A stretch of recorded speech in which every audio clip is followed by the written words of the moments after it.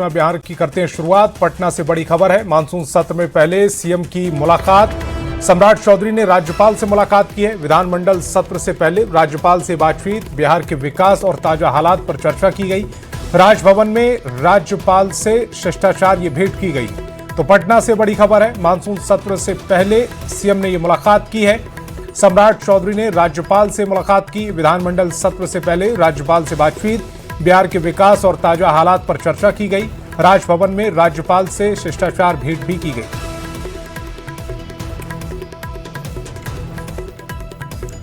और पटना से बड़ी खबर है, बिहार विधानमंडल के मानसून सत्र को लेकर एनडीए विधानमंडल दल की बैठक हुई है।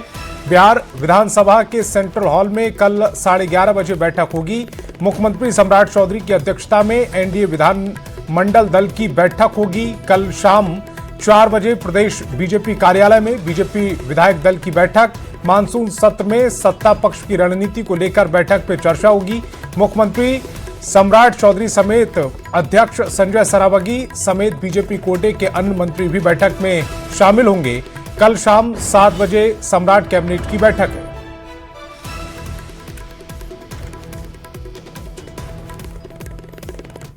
बड़ी खबर सीवान से, जहां धनौती थाना क्षेत्र में धनौती गांव में जमीनी विवाद को लेकर दो पक्षों में मारपीट और हवाई फायरिंग की घटना हुई। विवाद के दौरान हिंसा में 2 घायल हो गए। बताया जा रहा है कि दोनों पक्षों के बीच लंबे समय से जमीन विवाद चल रहा था। घटना की सूचना मिलते ही पुलिस मौके पर पहुंची और मामले की जांच शुरू कर दी। घटना के बाद गांव में तनाव का माहौल बना हुआ है।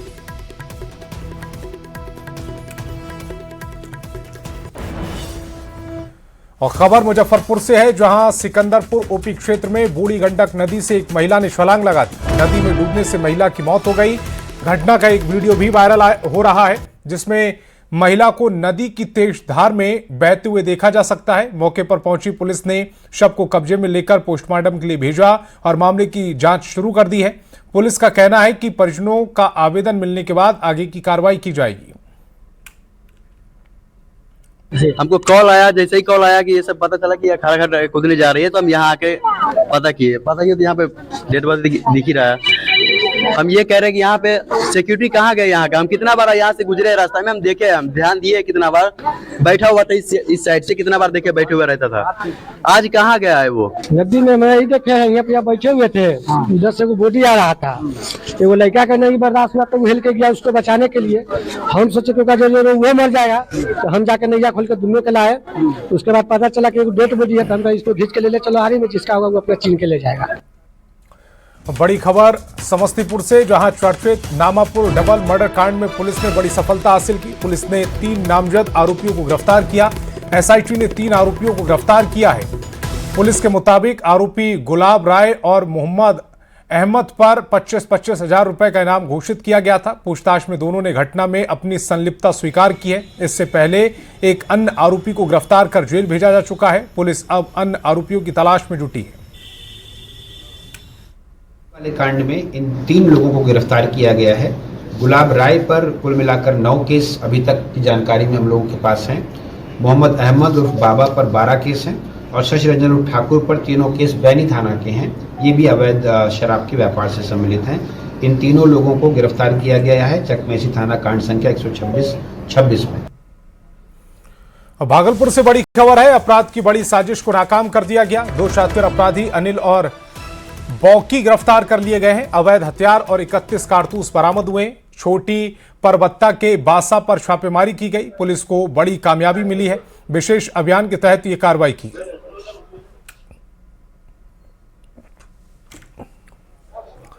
और छपरा से बड़ी खबर है, शराब तस्करी का भंडाफोड़ हुआ है। हाईवे पर पुलिस की बड़ी कार्रवाई, 5200 लीटर से ज्यादा शराब बरामद की गई।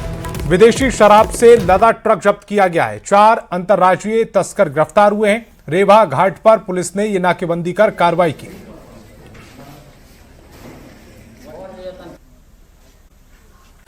खबर मुजफ्फरपुर से, जहां बरियारपुर में केंद्रीय जल शक्ति राज्य मंत्री डॉक्टर राजभूषण चौधरी ने फीता काटकर नए मॉडल थाना भवन का उद्घाटन किया।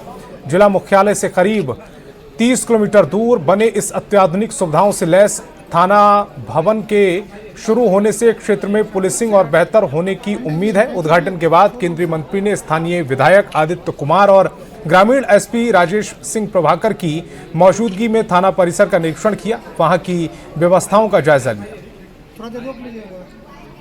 हमारी सरकार लगातार प्रयास कर रही है कि जो जर्जर भवन है, चाहे थाना का हो, चाहे कोई भी सरकारी संस्थान हो, सारे को मॉडर्नाइज किया जाए और ताकि लोगों को असुविधा ना हो। और इसी कड़ी में आज बरियारपुर थाना के नए भवन का हम लोगों ने उद्घाटन किया है और आप देख सकते हैं कि इस क्षेत्र के लोगों में काफी उत्साह है और लोगों को जो समस्या होता था थाना में आने में, ना तो कंप्यूटराइज व्यवस्था थी, ना लोगों को बैठने की व्यवस्था थी पहले। आज जो है लगभग थाना में जो एक जो अच्छी जगह, तो वो सारी सुविधाएं यहाँ पर उपलब्ध। बरियारपुर थाना का नया बिल्डिंग निर्माणाधीन था और ये बिल्डिंग कंप्लीट हो गया है और सीनियर एसपी सर मुजफ्फरपुर के निर्देश के आलोक में आज से यहाँ पर ये बरियारपुर थानाध्यक्ष के नेतृत्व में यहाँ ऑफिसर्स और सभी जवान यहाँ पर रहेंगे और आम जन की सुविधाओं का ख्याल रखते हुए कि वो सुलभ हो, थाना पे आकर के उनके द्वारा जो है सो शिकायत दर्ज हो सके और उनकी सभी समस्याओं का निदान किया जा सके। तो थाना आज से यहाँ फंक्शनल होगा और कोशिश की जाएगी कि आम जन को।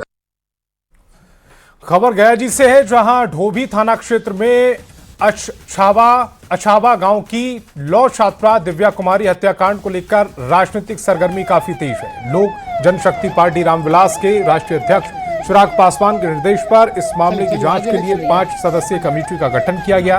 विधायक विष्णुदेव पासवान के नेतृत्व में इस जांच समिति में मृतका के घर पहुंचकर पीड़ित परिजनों से मुलाकात की।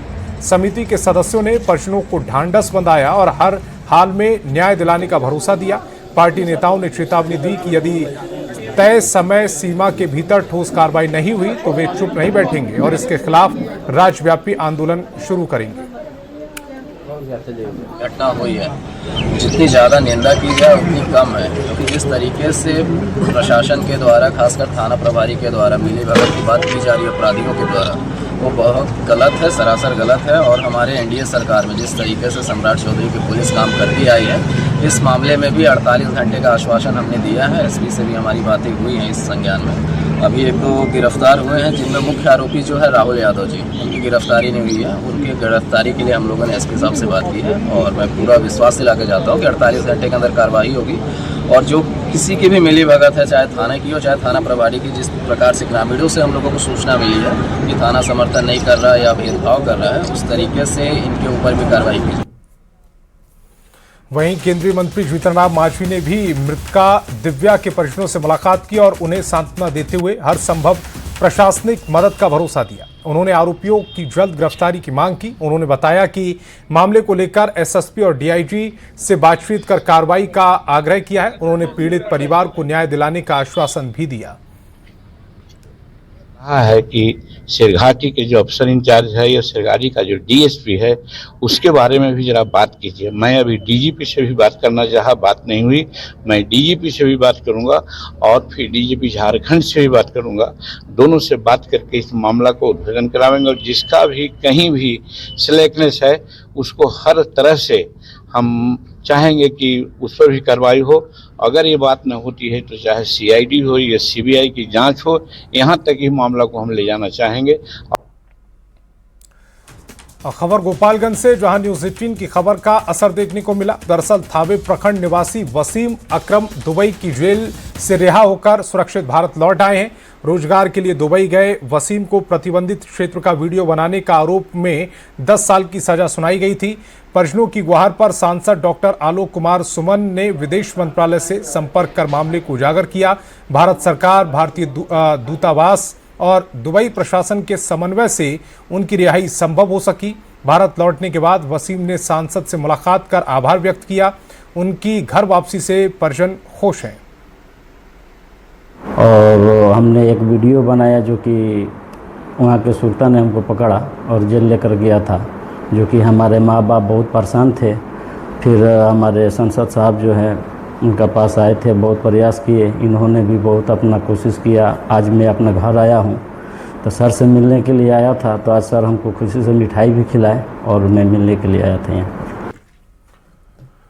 बांकीपुर उपचुनाव के रण में प्रत्याशी पूरे दमखम के साथ उतर चुके हैं। बीजेपी उम्मीदवार नीरज सिन्हा ने क्षेत्र में जनता से जीत का आशीर्वाद मांगा, तो एनडीए नेताओं ने दावा किया है कि चुनाव में जनसुराज कोई फैक्टर नहीं, एनडीए की जीत तय है।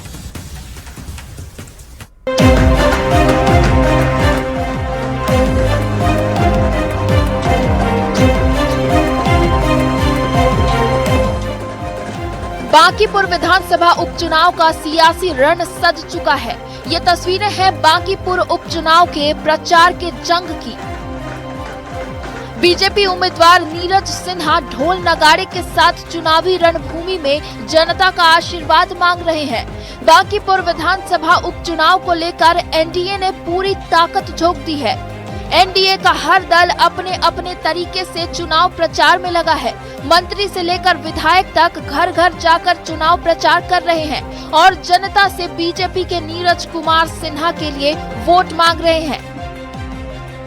इस तरह का माहौल है बांकीपुर विधानसभा उपचुनाव में, निश्चित तौर पर देखिए आप हाई प्रोफाइल बोल रहे हैं, हाई प्रोफाइल जिसके बारे में बोल रहे हैं वो तो पूरे बिहार में लड़े, एक सीट नहीं जीते तो यहाँ कहाँ से जीतेंगे? यहाँ इनका जमानत बचने वाला नहीं है, याद रखिएगा। एनडीए के नेता बांकीपुर उपचुनाव में एनडीए की बड़ी जीत का दावा कर रहे हैं। एनडीए का कहना है कि मतदाता अपना मन बना चुके हैं और जनसुराज चुनाव में कोई बड़ा फैक्टर नहीं है। जनता सिर्फ और सिर्फ विकास के नाम पर ही वोट करेगी। जो राजद की जो घटती हुई विश्वसनीयता है और गिरता हुआ जो जनाधार है, उसकी सबसे बड़ी वजह तेजस्वी यादव खुद बनते जा रहे हैं। बांकीपुर विधानसभा का चुनाव भारतीय जनता पार्टी अपार मतों से जीतेगी, सारे रिकॉर्ड को तोड़ेगी। बांकीपुर उपचुनाव में मुकाबला बेहद दिलचस्प होता जा रहा है। मुख्य मुकाबला बीजेपी के नीरज कुमार सिन्हा, जनसुराज पार्टी के प्रशांत किशोर और राष्ट्रीय जनता दल की रेखा गुप्ता के बीच है। बीजेपी का मजबूत गढ़ मानी जाने वाली बांकीपुर सीट अब असली दिलचस्पी इस बात को लेकर है कि मुख्य विपक्षी ताकत कौन बनने जा रहा है। न्यूज 18 के लिए पटना से आनंद अमृतराज के साथ धर्मेंद्र कुमार की रिपोर्ट।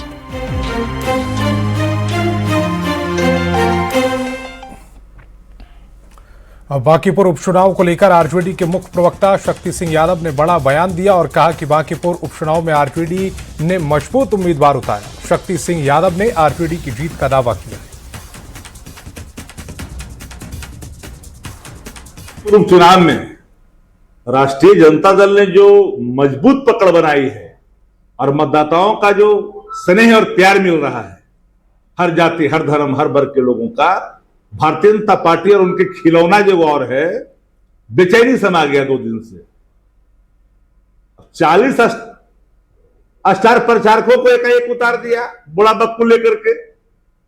भ्रम में मत रहना, अभी तो राष्ट्रीय जनता दल ने मंदिर की घंटी बजाई है, तो पूरी एनडीए बेचैनी में है।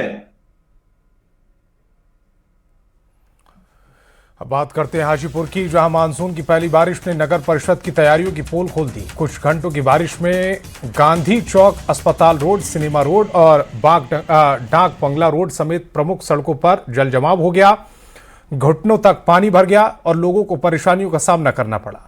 कई बाइक और ई रिक्शा पानी में फंस गए, जबकि निचले इलाकों में घरों और दुकानों के सामने जल जमाव हो गया। स्थानीय लोगों ने नगर परिषद के नाला सफाई और जल निकासी के दावों पर सवाल उठाते हुए राष्ट्रीय स्थानीय ड्रेनेज व्यवस्था की मांग की है।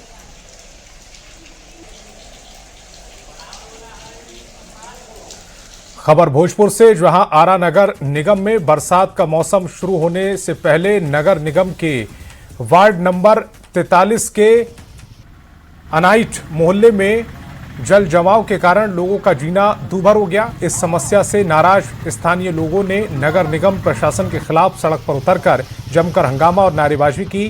ग्रामीणों ने चेतावनी दी है कि यदि जल्द ही इस समस्या से मुक्ति नहीं मिलती है तो वो आने वाले दिनों में चक्का जाम कर उग्र आंदोलन करने को मजबूर होंगे। जिनसे बातचीत की संवाददाता चंदन ने। पुल का नजारा देखना है और उसमें स्नान करना है तो आप सीधे आरा शहर के आरा नगर निगम के इलाकों में आ सकते हैं। देखिए ये आरा नगर निगम के वार्ड नंबर 43 की तस्वीर है और हजारों की जो आबादी है उनको आने जाने का यह रास्ता है और ये जल जमाव काफी दिनों से लगा हुआ है, लेकिन अभी तक इसका जल निकासी का इंतजाम नहीं किया गया, जिसके कारण देखिए जो मोहल्ले वासी हैं कितने परेशान हैं। सबसे ज्यादा परेशानी वाली बात यह है कि जब कोई बीमार पड़ जाता है तो उनको अस्पताल ले जाने में काफी परेशानी होती है और सबसे बड़ी विडंबना यह है कि इस जल जमाव के कारण इस इलाके के हजारों बच्चों ने स्कूल जाना छोड़ दिया है। देखिए ये छोटे छोटे जो बच्चे हैं इस जल जमाव के कारण स्कूल नहीं जा पाते हैं और उनको काफी परेशानी का सामना करना पड़ता है। देखिए काफी संख्या में लोग मौजूद हैं। सर ये बताइए कब से परिस्थिति बनी हुई है और क्या स्थिति है? ये विकट परिस्थिति 1 महीना से ऊपर से है, सब 3 महीना, हाँ लगभग में 3 महीना हो गया है। लेकिन अभी जो 1 महीना के भीतर जितना नरकीय स्थिति बना हुआ है ना, जिससे हम लोग एकदम नरक की जिंदगी जी रहे हैं। बहुत दिक्कत है, हम लोगों को तो घर से निकलना मुश्किल हो गया है। यहाँ पूरा मतलब बीमारी का नाली में गंदा मतलब मैला जो बोलते हैं ना, मैला दहा करके दरवाजे पर आ जाता है। हम लोग बहुत परेशान है, बहुत परेशानी है। यहाँ समझिए कि नरक निगम हो गया है, नगर निगम नहीं नरक निगम है। समझिए 24 साल तक। अरे ये आरा नगर निगम का नाम नहीं, नरक निगम ये समझिए। यहाँ नरकीय स्थिति बनी हुई है। कम से कम 4 महीने से हम लोग ऐसे ही जा रहे हैं। दिक्कत है महिलाओं बच्चों बुजुर्गों को? बहुत सबसे ज्यादा दिक्कत है। पढ़ने लिखने जाने वाले बच्चों के लिए बहुत दिक्कत है। नहीं हाँ, नहा धोआ के निकलिए, फिर नरक में हेलिए, पूजा पाठ करने के लिए जाइए, नरक में हेलिए। यही नरक निगम है। अब देखने वाली बात यह होगी कि लोगों का जो गुस्सा है वो फूट पड़ा है और लोगों ने अब सड़क पर भी उतरने का ऐलान कर दिया है। चंदन कुमार, न्यूज़ 18 भोजपुर।